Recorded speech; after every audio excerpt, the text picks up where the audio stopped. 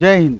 इस वीडियो में 3-4 बातों पर मैं डिस्कस करने वाला हूं और उसमें क्या क्या बातें होंगी पहले मैं एक शॉर्ट में आपको बता देना चाहता हूं, फिर उसके डिटेल में हम लोग जाएंगे। अगर आपकी ज़रूरत होगी तो इस वीडियो को आप ज़रूर देखिएगा। हम लोग चर्चा करने वाले हैं कि टीआरई 4.0 को लेकर के माननीय मुख्यमंत्री जी के ट्वीट के क्या है मायने। उसके बाद एस्टेट पे हम लोग चर्चा करने वाले हैं कि आखिर अब एस्टेट का क्या होना है, क्योंकि जो शिक्षा मंत्री का बयान है तो एस्टेट का मामला थोड़ा उलझता दिख रहा है। आखिर ये मामला कैसे सुलझे, इस पर भी हम लोग डिस्कस करेंगे। और लाइब्रेरी साइंस का क्या होना है, इस पर भी हम लोग डिस्कस करने वाले हैं। लेकिन सबसे पहले मुख्य जो जिन चीज़ों पर दिक्कत हम लोग डिस्कस करेंगे उसमें प्रमुख बातें होंगी कि मुख्यमंत्री जी जो कल ट्वीट किए, जिस ट्वीट के बाद अचानक छात्रों में उत्साह भर गया, तो उनसे हम स्टार्ट करते हैं। आप देखे होंगे कि परसों मॉर्निंग में एक हमने वीडियो डाला था कि एक ट्विटर कैंपेन को लेकर के सभी टीचर को एकजुट होने की ज़रूरत है कि आखिर टीआरई 4.0 का नोटिफिकेशन कब आएगा। क्योंकि हाल के दिनों में आप देखे होंगे कि टीआरई 4.0 का एक्टिविटी लगभग समाप्त सा हो गया था और छात्रों के मन में लगातार कन्फ्यूजन की स्थिति बन गई थी कि आखिर इलेक्शन से पहले टीआरई 4 आएगा अथवा नहीं आएगा। आखिर हम लोग जो सालों से लगातार तैयारी कर रहे हैं, महीनों से लगातार तैयारी कर रहे हैं, क्या हमारा तैयारी व्यर्थ तो नहीं चला जाएगा। और यही सोच के साथ बहुत सारे स्टूडेंट पटना में रह करके जो तैयारी कर रहे थे और जहां भी रह करके तैयारी करते थे, तो पटना वाले बहुत सारे छात्र बैक भी हो गए थे, घर भी लौट गए थे कि लगता है कि अब वैकेंसी नहीं आना है। सबसे पहले उन तमाम स्टूडेंट को हम कहना चाहते हैं कि अगर आप पटना रहते थे तो आगे का अब 3-4 महीना या 3 महीना बहुत महत्वपूर्ण आपके लिए होने वाला है।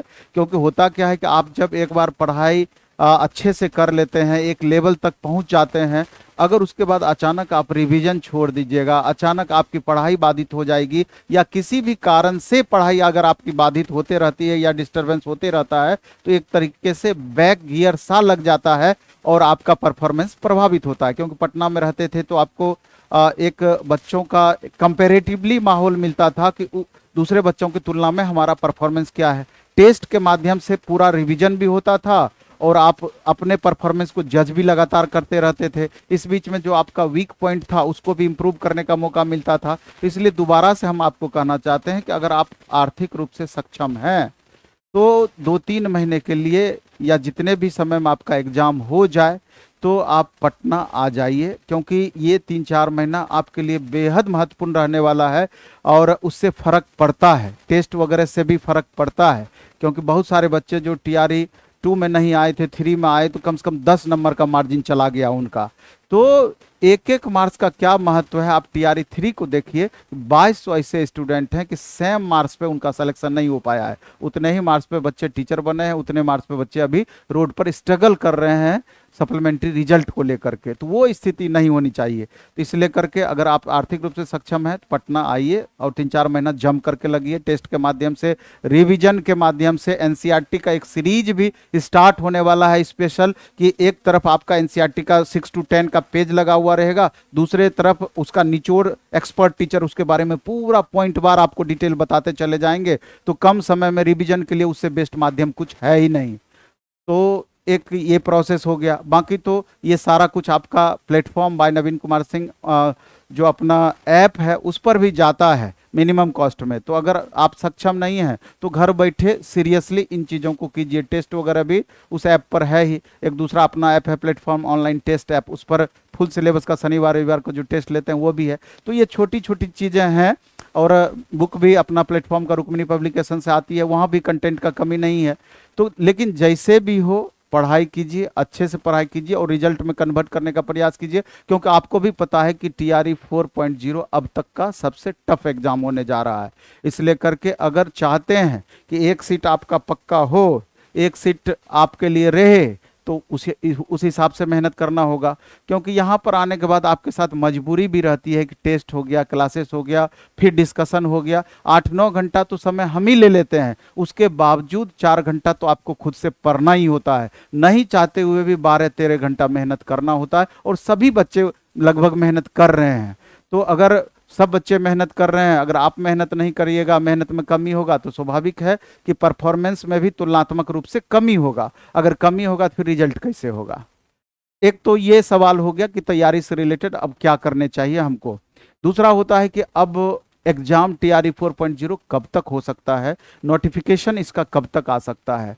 तो इसका दो मतलब है।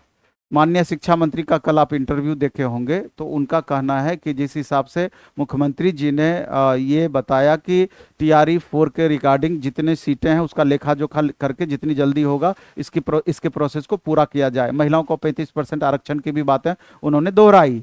तो सवाल यह है कि हालांकि शिक्षा मंत्री की बात करें तो इससे पहले भी कई तरह का अलग अलग उन्होंने स्टेटमेंट दे रखा है। तो दो बातें हो सकती है, सरकार है कुछ भी कर सकती है, इस मामले में तो हम लोग टिप्पणी ही नहीं कर सकते हैं। चाहेगी तो वो 1 महीना में एग्जाम ले लेगी, चाहेगी तो कुछ भी कर देगी। लेकिन दो बातें इसमें हो सकती है, या तो सितंबर से पहले नोटिफिकेशन निकाल करके सितंबर तक आचार संहिता से पहले कोशिश करे कि हम एग्जाम भी ले लें, इसको भी इग्नोर नहीं किया जा सकता है। लेकिन प्रैक्टिकली देखा जाए तो मे बी कि इलेक्शन से पहले ये नोटिफिकेशन देगी और दिसंबर तक एग्जाम लेगी।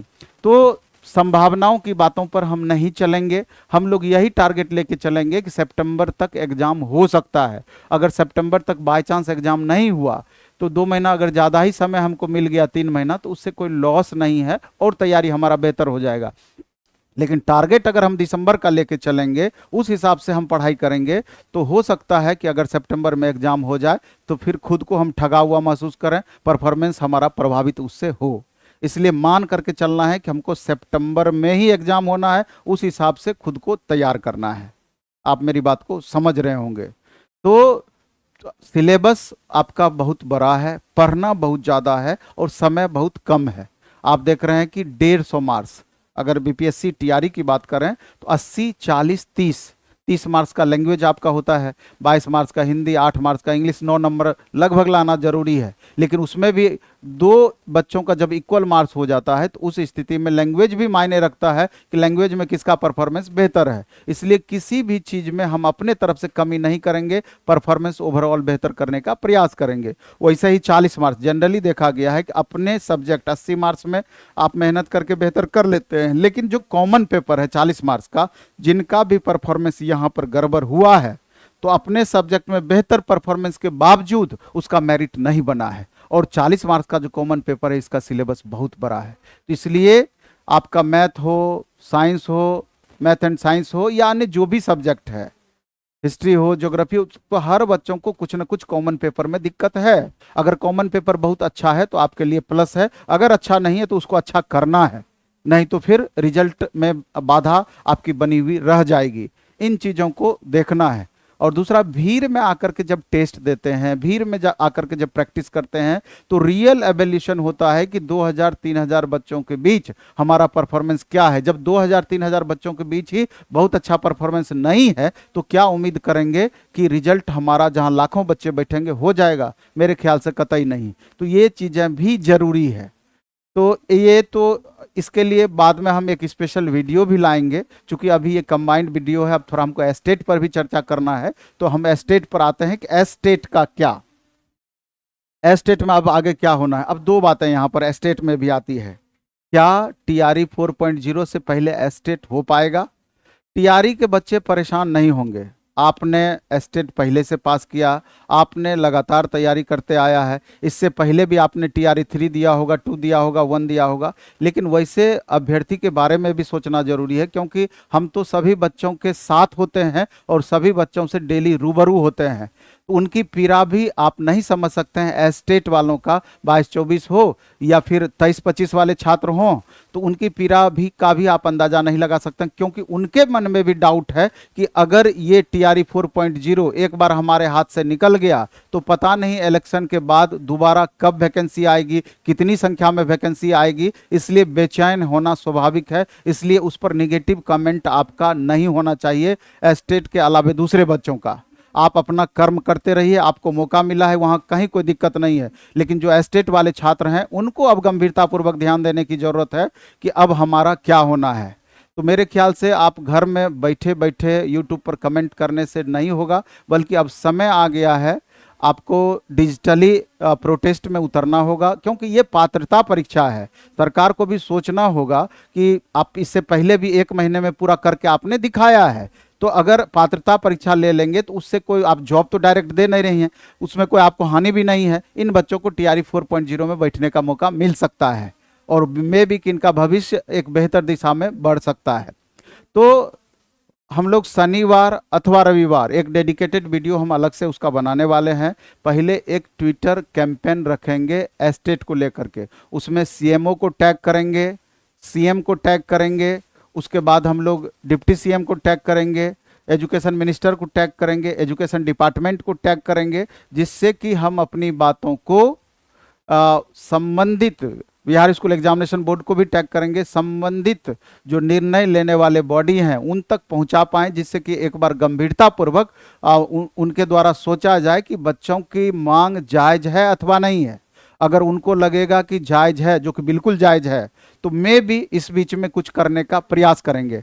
और अगर डिजिटली प्रोटेस्ट की बातें नहीं सुनी जाती है, हालांकि डिजिटली प्रोटेस्ट का भी बहुत महत्व बढ़ गया, सभी डिजिटल भी जितना प्लेटफॉर्म है सब यूज करते हैं, तो अगर नहीं बात सुनी जाती है तो हम लोग फिजिकल मोड में भी कुछ न कुछ एक्टिविटी अपना बढ़ा सकते हैं अटेंशन के लिए, और बिल्कुल शांतिपूर्ण तरीके से। तो जो एस्टेट वाले अभ्यर्थी हैं वो जरूर इसमें कमेंट करेंगे, और तमाम शिक्षकों को भी पहले मैं बधाई देना चाहता हूं, और उनके लिए भी मेरा सम्मान बढ़ जाता है, क्योंकि उस दिन जब हमने एक वीडियो बनाया, शिक्षकों से अपील की, तो तमाम शिक्षक तुरंत एक्टिव होकर के उससे रिलेटेड वीडियो बनाए थे, और शायद उसी का प्रभाव रहा था कि आंदोलन को रोकने के लिए मैं भी तुरंत मुख्यमंत्री जी के ट्विटर हैंडल से ये बातें निकल करके आई हो।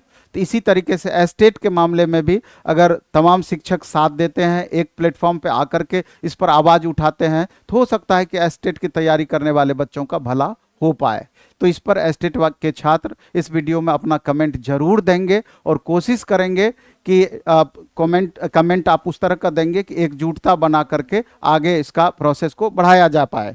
इसके बाद बात आती है लाइब्रेरी साइंस का। तो मेरे ख्याल से लाइब्रेरी साइंस में तो कोई कन्फ्यूजन ही नहीं है। लाइब्रेरी साइंस का जल्द ही आपका पात्रता परीक्षा का एलईटी का आपका इन्फॉर्मेशन आ सकता है, उसका नोटिफिकेशन आ सकता है, और जैसे ही पात्रता परीक्षा हो जाएगी तुरंत बाद इसका बीपीएससी टीआरई के साथ में हो सकता है कि इसका भी बीपीएससी एग्जाम बीपीएससी इसका भी नोटिफिकेशन निकाल दे। तो इसलिए जो लाइब्रेरी साइंस के अभ्यर्थी हैं तो तैयारी से लग जाएं। बीपीएससी जो एग्जाम कंडक्ट करेगी फाइनली उसी का आधार पर आपका सिलेक्शन होगा। तो एस्टेट और बीपीएससी लाइब्रेरी साइंस का दोनों आप एक साथ लेके चलें। अभी तो ऑफलाइन मोड में अपना बैच भी स्टार्ट हुआ है लाइब्रेरी साइंस का, और ऑनलाइन मोड में भी प्लेटफॉर्म बाय नवीन कुमार सिंह ऐप पर एस्टेट और बीपीएससी के द्वारा जो भी पूरा सिलेबस है एक में ही मिला करके, जिससे कि 2 बार आपको फी देने की जरूरत ना पड़े, ऐसा बैच दिया गया है। तो वहाँ से भी आप इसका लाभ उठा सकते हैं। बेस्ट फैकल्टी के द्वारा ये सब चल रहा है। तो इस वीडियो में हम इतना ही रखेंगे। पहले हम आपके कमेंट का इंतजार करेंगे, और फिर सभी के लिए डेडिकेटेड अलग अलग वीडियो के माध्यम से आगे का प्रोसेस हम लोग बढ़ाएंगे। बाकी टीआरई 4.0 का अभ्यर्थी अब सजग हो जाएं, एकदम अच्छे से लगिए, मन से लगिए। अच्छी अपॉर्चुनिटी आपके पास है, और इसको रिजल्ट में कन्वर्ट करने का प्रयास कीजिए। धन्यवाद।